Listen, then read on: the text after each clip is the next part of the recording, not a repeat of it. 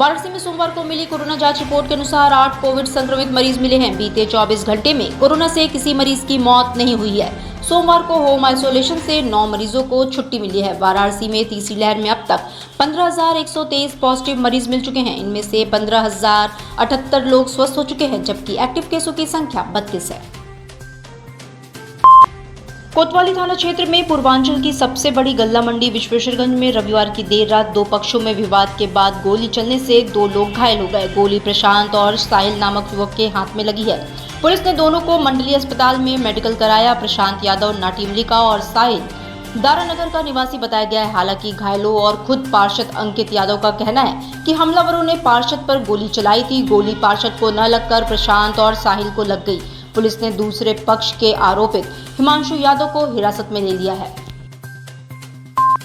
Bharat Pak match के बाद आपस में हुई कहासुनी के बाद बीएचयू में रविवार की देर रात बवाल हो गया। लाल बहादुर शास्त्री और बिरला छात्रावास के छात्रों में जमकर मारपीट हो गई। इसमें 5 से अधिक छात्रों के घायल होने की सूचना है, जिन्हें बीएचयू ट्रॉमा सेंटर में भर्ती कराया गया है। घायल छात्र लाल बहादुर शास्त्री छात्रावास के बताए गए हैं। इस घटना को लेकर लाल बहादुर शास्त्री छात्रावास के दर्जनों छात्र हमलावरों के खिलाफ कार्रवाई की मांग को लेकर चीफ प्रॉक्टर ऑफिस के बाहर धरना प्रदर्शन कर रहे हैं। देर रात तक विरोध प्रदर्शन जारी रहा, जिसके बाद सोमवार की सुबह विश्वविद्यालय के गेट और परिसर में भारी पुलिस फोर्स की तैनाती की गई। हरुआडी के पास जिस कादिर के फिरौती के लिए अपहरण की खबर सोशल मीडिया पर वायरल हो रही थी, उसे कपसेटी पुलिस ने शराब के साथ गिरफ्तार किया है। कादिर के अपहरण और फिरौती की खबर की जानकारी के बाद ग्रामीण पुलिस अधीक्षक कार्यालय से बताया गया कि कादिर को कपसेटी पुलिस ने रविवार की रात अवैध शराब के साथ गिरफ्तार किया है। उसके परिजनों ने जानबूझकर पुलिस को गुमराह करने के लिए अपहरण व फिरौती की झूठी सूचना दी है। हरुआडी के संजीदा ने पुलिस को बताया था कि उसके पति कादिर रात से घर से चौबेपुर के लिए निकले थे। लोहता थाने की पुलिस को बड़ी कामयाबी मिली है। पुलिस ने बीती जुलाई माह में हुई मेडिकल संचालन से लूट की घटना का पर्दाफाश करते हुए 4 लुटेरों को गिरफ्तार करने में सफलता प्राप्त की है। चारों को पुलिस ने पिसौर पुल के पास से गिरफ्तार किया है, जब चारों कहीं भागने की फिराक में थे। इस संबंध में क्षेत्राधिकारी सदर विदुष सक्सेना ने बताया कि बीती 8 जुलाई को मेडिकल स्टोर संचालक रामबली पटेल से तमंचा सटाकर 30,000 नगद, ATM, pan card, bank passbook छीनकर लुटेरे मारपीट कर फरार हो गए थे। इन लुटेरों की धरपकड़ के लिए टीमें गठित की गई थी। इसी क्रम में लोहता पुलिस को बीती रात मुखबिर से सूचना मिली कि इस घटना में शामिल लुटेरे पिसौर पुल होकर कहीं भागने की फिराक में हैं। जिलाधिकारी कौशल राज शर्मा की अध्यक्षता में सोमवार को कैंप कार्यालय पर उद्योग विभाग, हैंडलूम तथा अन्य संबंधित विभागों सहित निर्यात प्रोत्साहन समिति की बैठक की गई।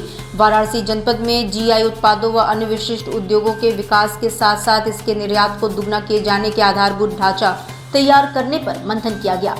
इसमें भारत सरकार और उत्तर प्रदेश सरकार के सभी संबंधित विभागों को निर्देशित किया गया कि 15 दिनों में अपने अपने विभाग का विस्तृत डाटाबेस तैयार कराकर उपलब्ध कराएं।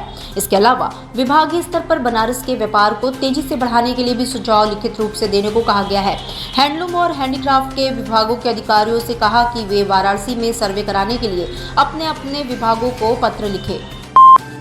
लखनऊ में सोमवार को लेवाना होटल में आग लग गई। इस अग्निकांड में 2 लोगों की मौत होने की सूचना मिल रही है। कई लोग झुलसे हुए हैं। वहीं रेस्क्यू करके 18 लोगों को बाहर निकाला गया है। फायर ब्रिगेड के 15 से अधिक वाहन आग को बुझाने में जुटे हुए हैं। मुख्यमंत्री ने सिविल हॉस्पिटल पहुंचकर घायलों का हालचाल भी लिया है। इस घटना के बाद वाराणसी में भी पुलिस अलर्ट मोड में है। सीपीए सतीश गणेश ने लखनऊ में हुए अग्निकांड के बाद वाराणसी में होटलों और निजी अस्पतालों के सिक्योरिटी चेक के लिए एडवाइजरी जारी कर दी है, जिसके बाद एडीसीपी वरुणा प्रबल प्रताप सिंह ने फायर ऑफिसर्स के साथ कैंटोनमेंट के होटल्स में फायर उपकरणों के चेक किया और उनको हिदायत दी। ज्ञानवापी श्रृंगार गौरी प्रकरण में वादी महिला और उनके अधिवक्ताओं को पर्याप्त सुरक्षा प्रदान की गई है। ऐसे में रविवार की रात वाराणसी पहुंचे वादी संख्या 1 राखी सिंह के अधिवक्ता शिवम गौड़ को सुरक्षा न दिए जाने पर विश्व वैदिक सनातन संघ के प्रमुख जितेंद्र सिंह बिसेन ने आपत्ति जताई है, जिस पर संज्ञान में आने पर एसीपी दशा सुमेध ने सुरक्षा मुहैया करवाते हुए बताया कि उनसे आने की कोई पूर्व सूचना नहीं मिली थी। उनसे अनुरोध है कि वो आने के पहले हमें सूचित कर दिया करें। विश्व वैदिक सनातन संघ के महामंत्री और संघ के अध्यक्ष की पत्नी किरण सिंह बिसेन की याचिका पर फास्ट ट्रैक कोर्ट में सोमवार को सुनवाई हुई। इस सुनवाई में आज वादी पक्ष ने मुस्लिम पक्ष की आपत्ति ऑर्डर 7 रूल 11 पर जवाब फाइल किया।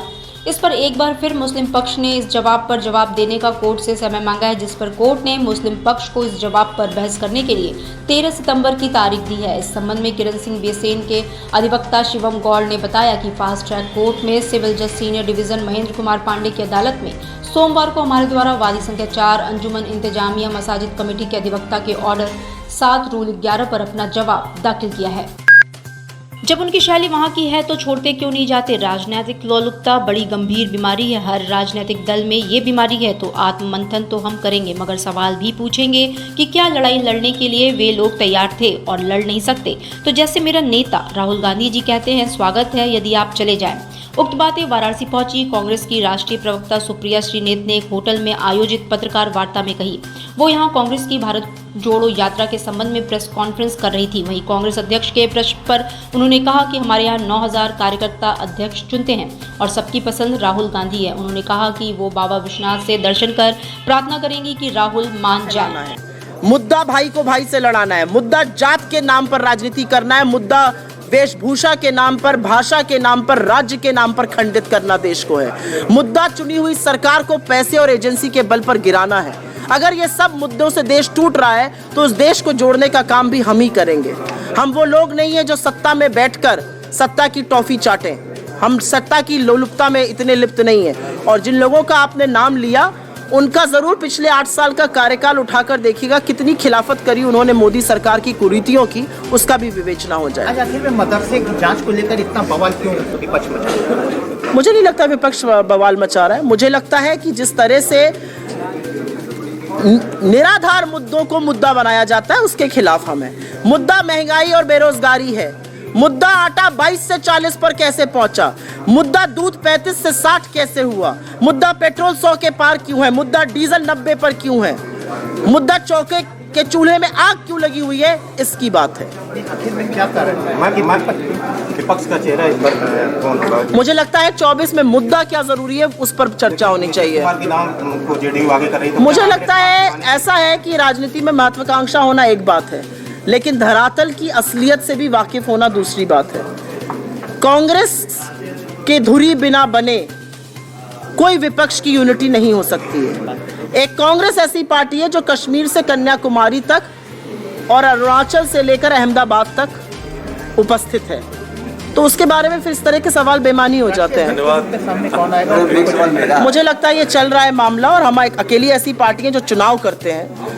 हमारे 9000 प्रतिनिधि चुनकर आते हैं जो अध्यक्ष को चुनते हैं, तो इस तरह में ऐसा सवाल करना अपने आप में बेमानी है।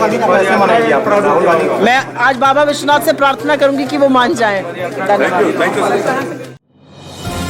डिजिटल इंडिया का digital new platform live VNS पिछले 7 वर्षों से बनारस की सेवा में। पाइए बनारस के कोने कोने की खबर निष्पक्षता के साथ। लाइव VNS से बनारस की ताज़ा तरीन खबरों के लिए प्ले स्टोर से डाउनलोड कीजिए लाइव VNS ऐप या फॉलो कीजिए लाइव VNS को सोशल मीडिया पर।